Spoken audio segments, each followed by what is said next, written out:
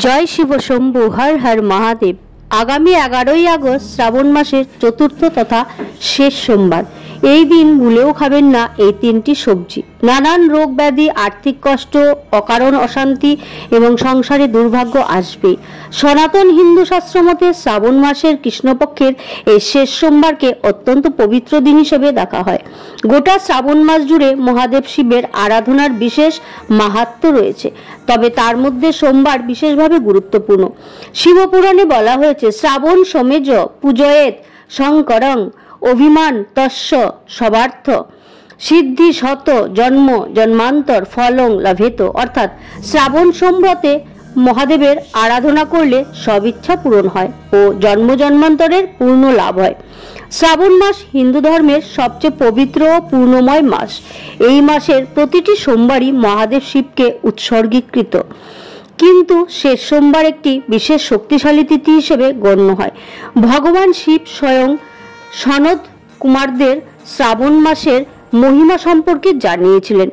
শিবের ডান নেত্র সূর্য, বাম নেত্র চন্দ্র এবং তৃতীয় অর্থাৎ মধ্যনেত্র অগ্নি। চন্দ্রের রাশি কর্কট এবং সূর্যের সিংহ।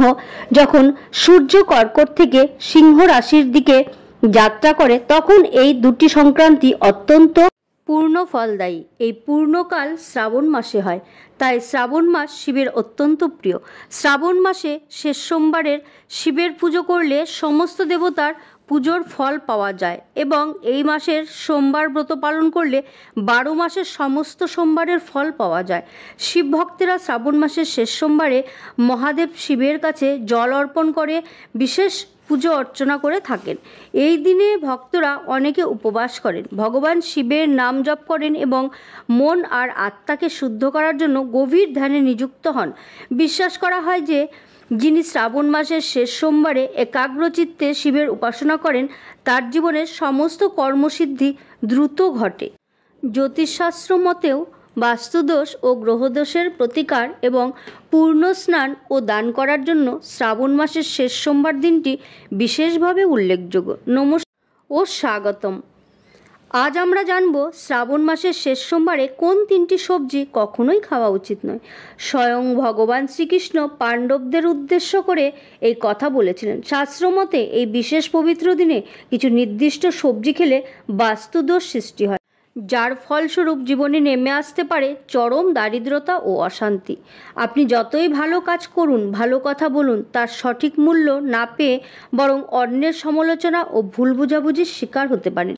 পরিবারের সদস্যরা বারবার রোগ ব্যাধিতে আক্রান্ত হয়ে থাকবেন, ঘরে বাইরে সৃষ্টি হবে অকারণ দ্বন্দ্ব, মানসিক অস্থিরতা, সম্পর্কের টানাপোড়েন এবং আর্থিক সংকট।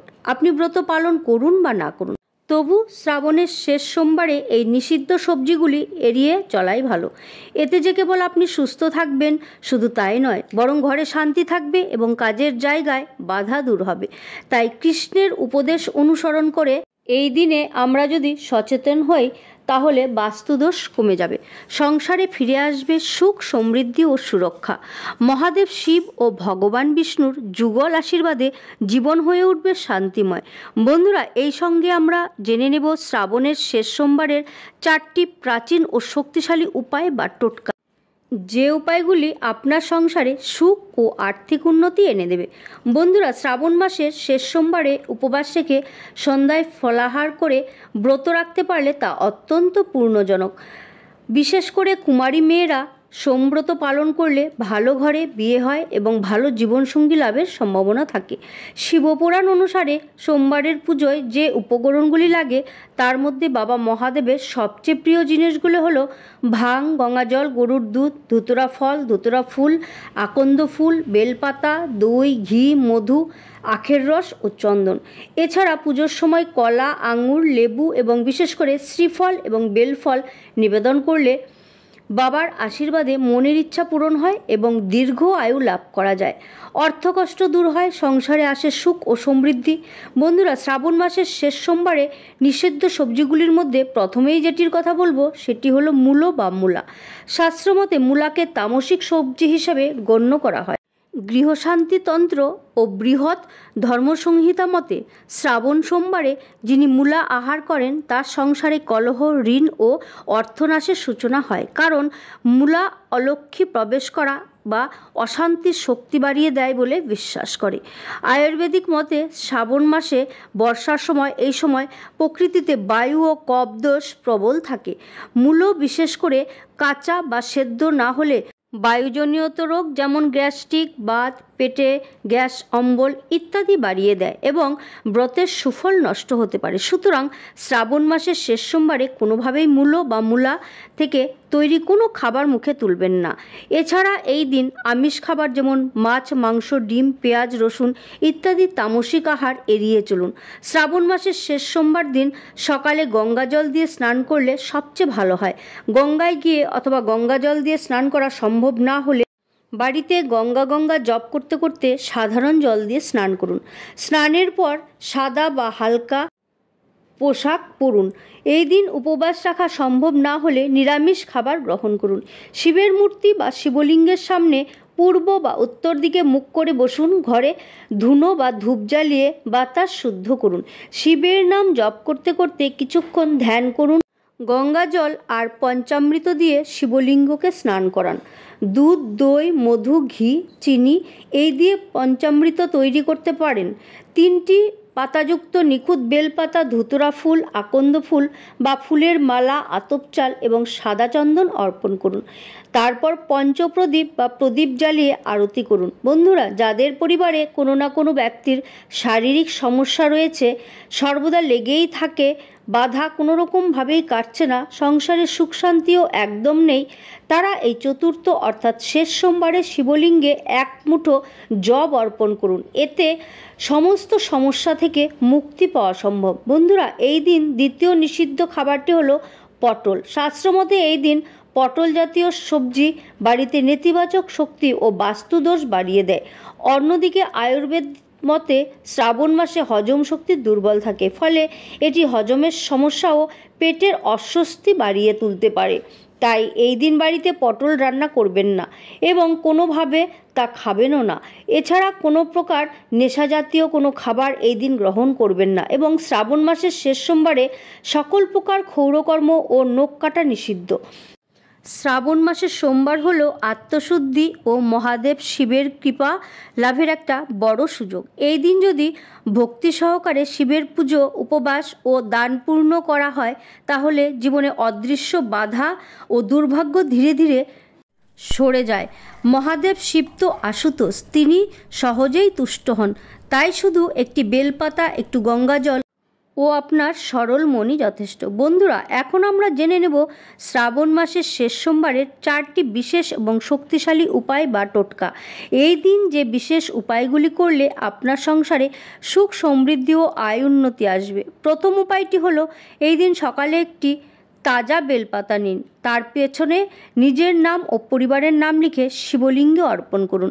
বিশ্বাস করা হয় এতে মহাদেব শিব নিজে সেই ভক্তকে রক্ষা করেন এবং জীবনের বিপদ, শত্রু ও রোগ থেকে দূরে রাখেন। দ্বিতীয় উপায়টি হলো এই দিন সাদা চন্দন দিয়ে শিবলিঙ্গে ও নিজের কপালে ত্রিশূল আঁকুন। এতে শিবের আশীর্বাদ সহজে লাভ হয় ও কর্মে উন্নতি আসে। তৃতীয় উপায়টি হলো সোমবার সন্ধ্যায় মহাদেব শিবের সামনে 3টি ঘিয়ের প্রদীপ জ্বালিয়ে মনের একটি অত্যন্ত গুরুত্বপূর্ণ প্রার্থনা বা ইচ্ছা রাখুন।